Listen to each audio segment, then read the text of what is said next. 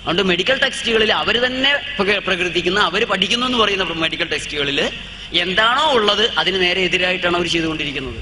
പനിക്ക് മരുന്ന് ചെയ്യാൻ പാടില്ല എന്ന് ഹിപ്പോക്രാറ്റസ് തുടങ്ങിയിട്ട് ഈ മെഡിക്കൽ ടെക്സ്റ്റുകൾ പറയുന്നുണ്ട്. Paracetamol increases the risk of liver damage in chronic alcoholics.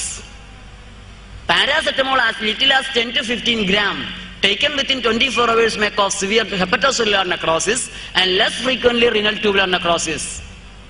3-4 ദിവസം കൊണ്ടാണ് പാരാസെറ്റമോളിന്റെ ചെറിയ അളവായിട്ടുള്ള 10 തുടങ്ങി 15 ഗ്രാം എടുത്തു കഴിഞ്ഞാൽ ആള് കരള് തകർന്ന് കിഡ്നി തകർന്ന് മരിക്കുക എന്ന് British national formulary, British medical association publish ചെയ്തിരിക്കുന്ന പുസ്തകത്തിന്റെ 23-ാമത്തെ പേജ് പറയുന്നത്. ഈ ചാർട്ട് വരച്ചു വെച്ചിരിക്കുന്നത് പാരാസെറ്റമോൾ രക്തത്തിൽ ഉണ്ടാക്കുന്ന അപകടത്തെ കുറിച്ചുള്ള ചാർട്ടാണ്. കൃത്യമായിട്ട് അടിയിൽ എഴുതി വെച്ചിട്ടുണ്ട്. ഇതാണ് പാരാസെറ്റമോള്. പാരാസെറ്റമോൾ കഴിച്ച് കരളും കിഡ്നിയും തകരുമ്പോ അത് എലിയുടെ മുതുകത്ത് വെക്കും, എലിപ്പനിയാണെന്ന് പറയും. അതിന് പെൻസിലിനും ടെട്രാസൈക്ലിനും ആയിരുന്നു ചികിത്സ. അമേരിക്കൻ ടെക്സ്റ്റായ പിൽബുക്ക് ഞാൻ എടുത്ത് നോക്കിയപ്പോൾ പെൻസിലിനെ കുറിച്ച് പഠിക്കാൻ നോക്കിയത്. അപ്പൊ പെൻസിലിനും ടെട്രാസൈക്ലിനും തമ്മിൽ ചേർക്കാൻ പാടില്ല. തമ്മിൽ ചേർത്ത് കഴിഞ്ഞാൽ these drugs can interfere with each other. 815-ാമത്തെ പേജിൽ എഴുതി വെച്ചിരിക്കുകയാണ്. Penicillin should not be combined with bacteriostatic antibiotic such as chloramphenicol, erythromycin, tetracycline and neomycin. തമ്മി ചേർക്കരുതെന്ന് പറയുന്ന മരുന്ന് ചേർത്ത് ആളെ കൊല്ലുന്ന ഈ ഡോക്ടർമാരെന്ന കാപാലിക വർഗം, എന്നിട്ട് എലി പിടിക്കുന്നവർക്ക് 4 രൂപ സമ്മാനം. ഒരു എലിയെ കൊണ്ടുപോയി കഴിഞ്ഞാൽ എലിപ്പനിയെ നേരിടണ്ടേ? ചിക്കൻ കുനിയ കൊതുകുണ്ടാക്കുന്നതെന്ന് പറഞ്ഞല്ലോ. ഞാൻ ആലപ്പുഴയിലെ ജയിലിലെ സൂപ്രണ്ടിനെ വിളിച്ച് ചോദിച്ചു, സാറേ അവിടെ ജയിലിൽ ആരെങ്കിലും ചിക്കൻ കുനിയ കൊണ്ട് ചത്തിട്ടുണ്ടോ? അയാൾ പറഞ്ഞു ഇവിടെ ആരും ചത്തിട്ടുമില്ല, ഇവിടെ ആർക്കും ചിക്കൻ കുനിയ ഉണ്ടായിട്ടുമില്ല. കൊതുകാണ് ചിക്കൻ കുനിയ ഉണ്ടാക്കുന്നതെങ്കിൽ ജയിലിൽ കിടക്കുന്നവനല്ലേ ഏറ്റവും കൂടുതൽ കൊതുക് കടി കൊള്ളണത്? ജയിലിലെ ശിക്ഷ കൊതുക് കടിയല്ലേ? അല്ലാതെ എന്താ? ജയിലില് നല്ല ആഹാരം, കാലത്ത് തുടങ്ങി വൈകിട്ട് വരെ സമയാസമയത്ത് ആഹാരം, നല്ല സെക്യൂരിറ്റി. പ്രധാനമന്ത്രിയുടെ സെക്യൂരിറ്റി പോലും വഴിതെറ്റും, പക്ഷെ ജയിലിൽ ഇവനുള്ള കള്ളനുള്ള സെക്യൂരിറ്റി വഴിതെറ്റാറില്ല. അത്രയും സെക്യൂരിറ്റി. പിന്നെന്താ ശിക്ഷ? കൊതുക് കടി. ജയിലിൽ കിടന്ന് പുതപ്പുമില്ല, നിക്കറ് മാത്രമല്ലേ ഉള്ളൂ. ആ കൊതുക് കടി 2 ദിവസം കൊണ്ടാൽ ഒരുമാതിരപ്പെട്ട നമ്മളാരും പിന്നൊരു കുറ്റം ചെയ്യില്ല. അപ്പൊ അവിടെ ആരും ചത്തില്ല.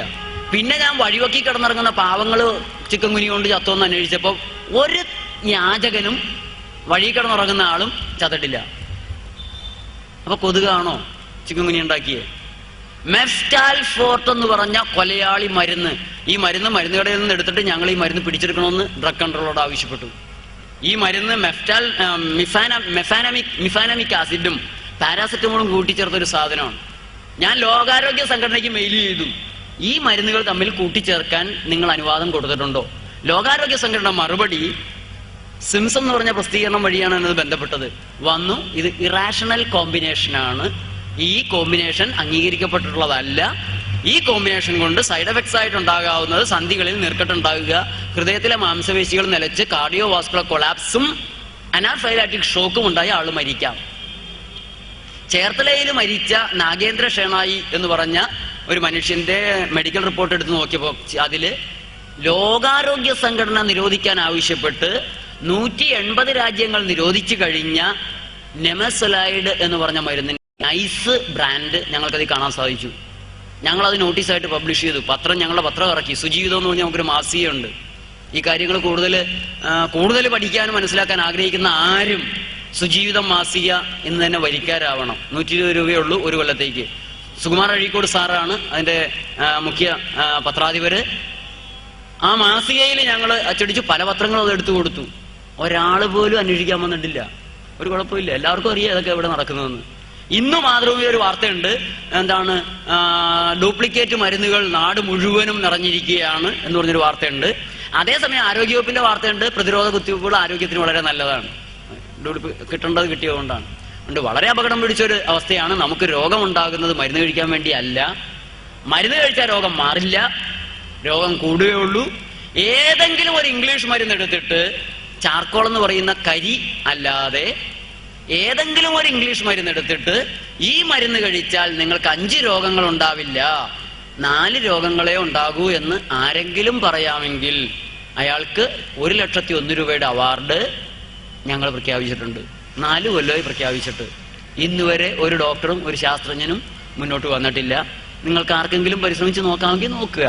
1,01,000 രൂപയുടെ അവാർഡ് ഞങ്ങൾ വെച്ചിട്ടുണ്ട്. ഏതെങ്കിലും രോഗം രോഗാണുക്കൾ കൊണ്ടാണ് ഉണ്ടാകുന്നതെന്ന് പ്രാക്ടിക്കലായിട്ട് കാണിച്ചു തരാമെങ്കിൽ മെഡിക്കൽ കോളേജുകളിൽ പഠിപ്പിക്കുന്ന റോബർട്ട് കോക്കിന്റെ സിദ്ധാന്തമാണ് രോഗാണു സിദ്ധാന്തത്തിനുള്ളത്, ഏറ്റവും അംഗീകരിക്കപ്പെട്ടത്. ഈ റോബർട്ട് കോക്കിന്റെ സിദ്ധാന്തം അനുസരിച്ച് ഏതെങ്കിലും ഒരു രോഗം അണുക്കളാണ് ഉണ്ടാക്കുന്നതെന്ന് പ്രാക്ടിക്കലായിട്ട് തെളിയിച്ചു തരാമെങ്കിൽ 1,01,000 രൂപയുടെ അവാർഡ് കൊടുക്കാം. ഞങ്ങൾക്കുള്ള എറണാകുളം ചമ്പക്കരയിലെ ആശുപത്രി, ആലുവ ചാലക്കലെ ആശുപത്രി, മണ്ണാർക്കാട്ടെ ആശുപത്രി, കോഴിക്കോട്ടെ ആശുപത്രി, ഈ 4 ആശുപത്രികളും അവരുടെ പ്രചരണ കേന്ദ്രങ്ങളായിട്ട് വിട്ടുകൊടുത്ത് അവരുടെ ദാസന്മാരായിട്ട് ഞങ്ങൾ പണിയെടുത്തോളാം.